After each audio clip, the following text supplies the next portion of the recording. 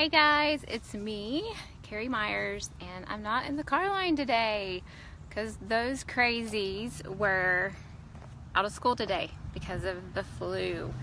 It's like going crazy here in Knoxville, I guess. I hope you guys can hear me because I am sitting outside of this beautiful day that I'm trying to soak up before the cold weather comes. But I did have something that I wanted to share with you guys, and it's this whole idea of, do you bully yourself? And it's with that self-talk that we do. And I don't know if you do it. I do it for sure. It's just those voices in our head that can condemn us, make us feel bad.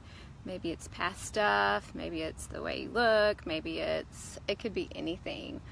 Side note, last night I was sitting in the living room with Craig, and I think I might have said something like, talking about my thighs, like rubbing them, saying, I gotta get these thighs in shape, and he just kind of looked at me and like rolled his eyes and said, I'm not even gonna comment on that. In which I said in return, okay, this is where I'm fishing for a compliment. So, in which he understood, okay, so then he gave me some compliments. But sometimes the guys just got to know when you're kind of like fishing for a compliment. But it really is about what our self-talk is and how we say those things in our head. And there's Tanner. This is, so he's coming to join me outside. I'm doing a live video on bullying ourselves. Do you ever bully yourself? I guess. Do you know what bullying yourself is? Sort of. What would it be? This is not like, we did not plan this. He just came outside, so I'm wondering if... You get mad at yourself? Is it that self-talk that you do? And do you ever tell yourself bad things about yourself? Yeah. Yeah. Well, we all do it. And so I was thinking about this because I read in a book where it was talking about, I think it was somebody referring to everything I learned from a kindergartner. No, Tanner is not a kindergartner. He's in the 5th grade. Are you going to hang out with me while I do this? Sure. Okay. Well, they were talking about how they asked a group of kindergartners, like, who were the greatest singers, and every one of them raised their hand. And then they would ask, like, okay, which of y'all are good artists? And everyone raised their hand and kind of went down the line. But then they said by 4th grade, the hands were dwindling. And so this is what, I'm reading this book. I already forgot the name of it. The Big Something. But anyway, she says, the reason for all the dwindled hands in the 4th grade from kindergarten is that some well-meaning, and I'm reading this by the way, some well-meaning parent or teacher probably told them that they were not painters. Some aptitude test with a fancy title gave an official score that said they had better give up that misguided ambition of being a writer.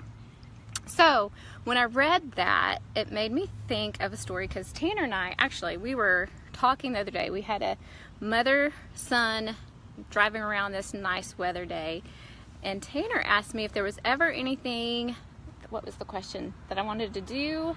Oh, when you were young, what did you want to do for a career?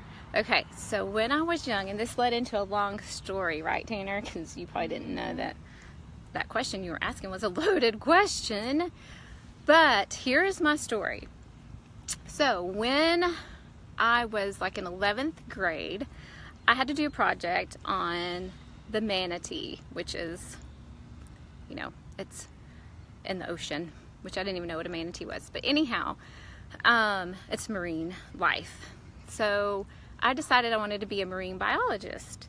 So I told my dad what I wanted to study when I went to college, and he kind of laughed, which I thought was really sad. And granted, my grades were really, really bad, but I thought I had found something that I really wanted to do with my life. And his response was, well, you have to live near the water, which I lived in Lubbock, Texas, out in the middle of nowhere. And so that was kind of just a squished dream. So I went for the next safe thing, which was a teacher. Went through my undergrad and college, to be a teacher, to meet with my counselor after that second year, for her only to tell me, she looked at my grades and everything and said, "Is there anything else you would like to do?" And I looked at her. She was like, "It's going to take so long for you to get your grades up." Sorry, there's lots of things going on out here. "It's going to take you a long time to get your grades up to be able to take your upper level courses. You're talking 2-3 years." Okay, so I made a D in history. But I wanted to cry because that's what I thought I wanted to do. So then I went to the next best thing, which would be, I did early childhood and human development, which with the thought that I could teach younger kids, so I could teach up to pre-K. So did that, graduated, started working with younger kids, only to realize that I really don't like younger kids. You were bad with kids. I'm not bad with kids. That's not my fave. So I figured that out early on, but really still kept struggling with this lie that had been deeply seated long ago, which was this lie that I couldn't do anything with my life, that I was not good enough, that I wasn't smart enough, that I would never make the grades, I would never be able to aspire to much, so I might as well just get through life the best that I can. And I really do think that I had some learning disabilities because I could not retain anything. I'm better at it now, but I really struggled in high school, college. But anyhow, there's this lie that was deep-seated in there, and I think we all have these lies, and we all have these seeds that have been planted early on in our life that can still creep up every now and then, and it does creep up for me. And here's the funny thing, I have done a lot in my life, and I'll have to tell you a whole other story. We could sit here forever, but just kind of what the Lord has brought me through up to this point, to even now owning a store here in Knoxville. It's Backroads Market and Designs if you haven't been there, but I did that. And I think back and I'm like, I don't know anything about, I didn't have business school. I didn't, everything that I learned in getting that business up and going, I Googled, I think. Like, I just set my mind to it that, okay, what license do we need? How are we going to do this? How am I going to have a coffee shop and a furniture store? Like, just was dreaming big. And Tanner's hearing this story too. You know this story. Mm-hmm. We live it every day.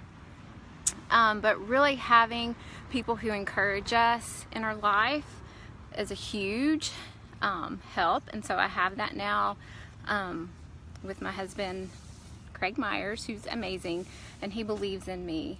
But there are still those times that I don't believe in myself.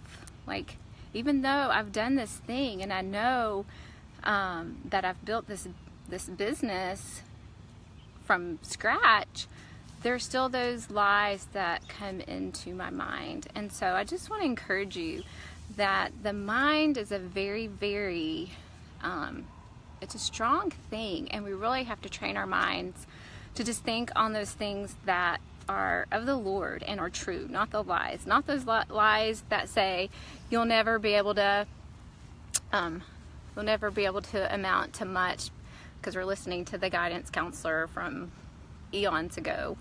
The truth is that we can do anything that we set our mind to, right, Tanner? Mm-hmm. Yes. And we have it within us to do that. And God wants us to do that. He created us to do bold things, to do courageous things. And so I just want to encourage you with that. But I also want you to know that I'm there with you. I am not perfect. I struggle also with the lies in my head. But I want to just really encourage you in that. Sorry, somebody's texted me, so got to swipe it away. There's another quote I wanted to share before we left, and here it is. Being bold is a simple matter of claiming your inheritance, saying, hey, look what I can do. It's a simple acknowledgement of who you are, and that is who God created you to be and do. It's to say, hey, look what I can do. And so I just want to encourage you with that on this nice, lovely, sunny day. But be encouraged and know that I too struggle, but I too want to encourage others to go out there and be bold. So be bold. That's my encouragement for you. And so my challenge to you today is encourage somebody. If you don't want to be part of the people that say the discouraging things, and sorry Tanner if I ever said that. He said the other day that maybe I have said stuff like he said what he wanted to do, and I was kind of laughing at him, but never meant to You do also that. called my teeth as yellow as a school bus. Whatever. Now he's going to talk about what I say. Now he's going to go to counseling because of the stuff that I have said, but no, my heart has always been with good intention. See, this is real. He's just keeping it real. We keep it real here. But yes, I did tell him that his teeth were yellow, and that is different because when you don't brush your teeth, they do turn yellow as a school bus. Okay, now that is just that is totally different. So you've got to keep up with hygiene. So anyway, love you guys. Just wanted to give you this brief little video just to encourage you. Wanted to challenge you to encourage others today. So say an encouraging word. Let somebody know their brilliance today. All right, see you later. Tanner says bye. Bye.